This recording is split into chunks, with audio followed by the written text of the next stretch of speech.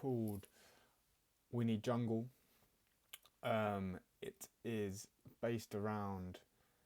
I kind of I was making 2 or 3 different tracks at the time of the beginning of our project, and essentially I got the different aspects from each of them and added this vocal sample.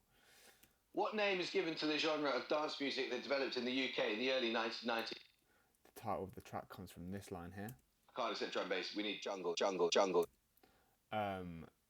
I essentially decided to use this sample because the jungle has been built around sampling different vocals and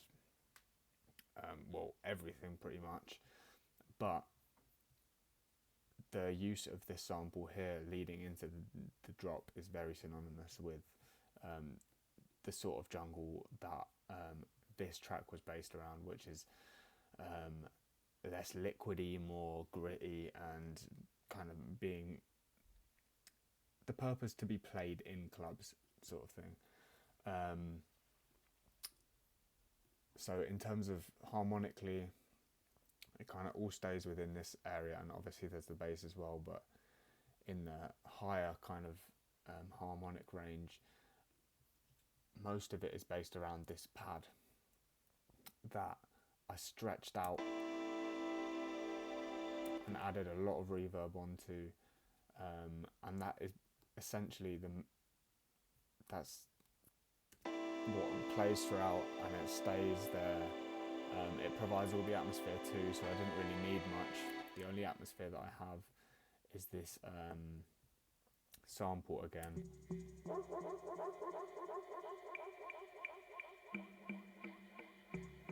Just with a lot of delay on it, and a low pass and high pass filter on, as you can see here, kind of controlling the sound a little bit. So these two together form the intro of this track. Interestingly, I didn't do this on purpose, but in the intro here, I have the hi-hat coming in with a automation here, but it kind of appears out of one of the echoes in this atmosphere here. I don't know if you'll be able to hear it, but here you go.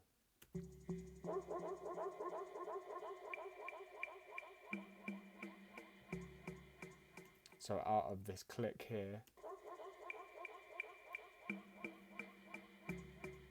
because the echo is the same time, like 1/4, as where the hi-hats are going here, it just fits in with each other and leads into this next section, which is where I have arranged this pad that was really stretched out from before and shortened it and made different, pitched it up and down essentially to create like a melody using the pad.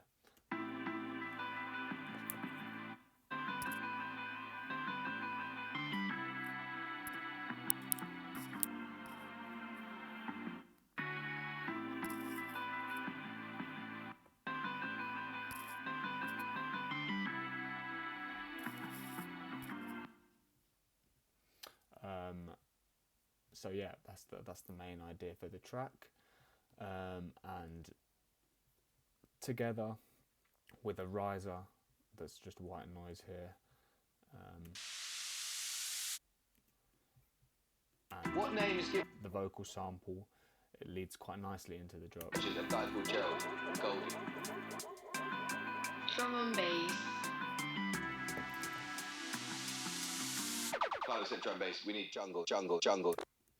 We've also got this spin back. Oh, sorry, no, that's just another effects. We've got this spin back here just before the drop, which is actually grouped with the drums to make it sound as if it's in the sort of same space, which kind of gives a bit more intricacy before the drop there. And then leading into the drop, we'll talk about, I think it's the same pad there, it's just providing some atmosphere in the back, and then we have the drums, which is basically the aim of this track was to show how the original arm end break has been sampled. So I used a version of the original, which I talked about in that using versions of the arm end break is quite a common thing in drum and bass. Sub-Zero talked about it in his interview, which I included in some of the text earlier in this project. So essentially I just used a sample from this break pack here, or jungle pack, and where it's got lots of different samples to choose from, I just used this gritty arm end kind of sound. If I take all of the processing off of it, you can hear what it sounded like before. It's very gritty, and I have arranged it to create this kind of bit all over the place, but it's very reminiscent of Sully. And then I have layered it with this, essentially the exact same of what's above it, but it's just got some different kind of processing done to it.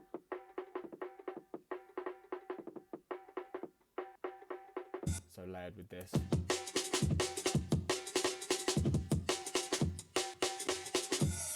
Also, both of these drums are going to this bus, which is compressing it, so there's just some parallel compression there. And there's also some reverb to make it sound as if it's in the same space as some of the other ones who have the same reverb on. Some of the other layers, sorry. And then underneath I have these basses, which are very reminiscent of the jungle scene in the UK at the moment. This particular layer is a very distorted layer and is just providing some of that higher end, which lets it, like, helps it cut through in the mix. This is the main layer of the bass. Together. And then to provide a bit of differentiation in the sounds, I've added this little which kind of brings it all together a little bit, so all together in the bass.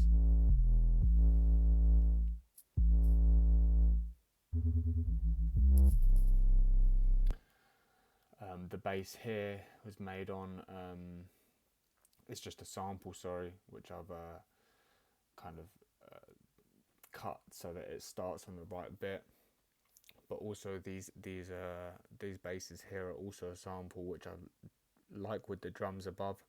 I've just organised it in the audio files, put faders on each of them and pitched them up and down in this area of the track settings there, just to create the different sounds. So then in the first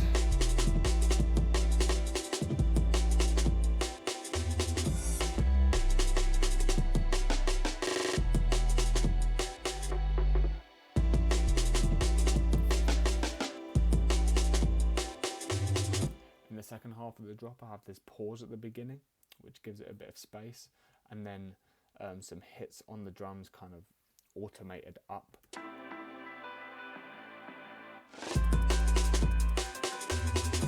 Using this alternative pad pattern here that I've put on top, mixed it slightly differently with the EQ so that it kind of fits in between the frequencies a bit more.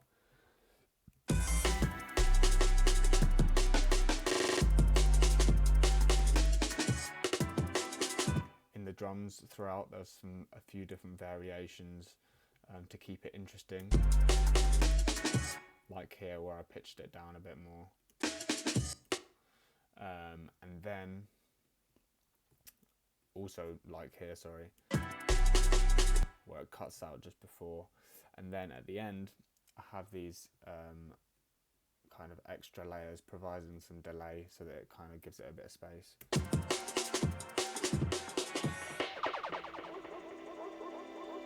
Where the atmospheres and the pads come in,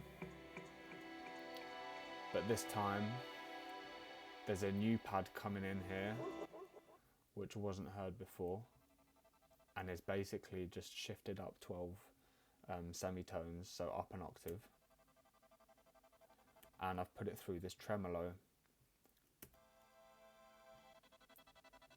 You can hear the difference there. It's just giving it a bit more rhythm, but it's on a automation going up, so it kind of comes in halfway through, and the build up consists of a bit of teasing with the drums and bass to kind of like tease what's to come in the drop, and I've got that vocal sample again coming in the end.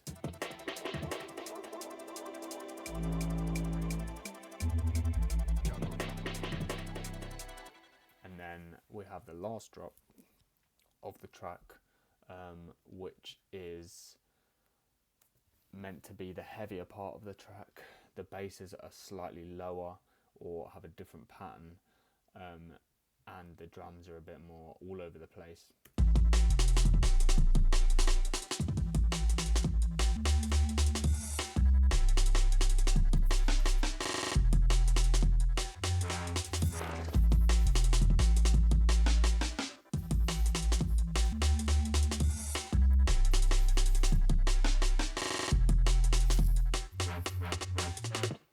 With some different variations in the drums there as well. We also, for the first time, have this new layer here as well,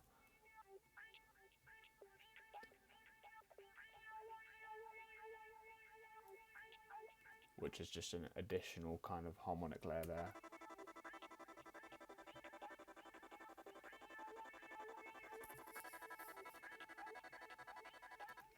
And then in the second half of the second drop, we have this break like we did in the first here, but the drums kind of carry on just gated a little bit.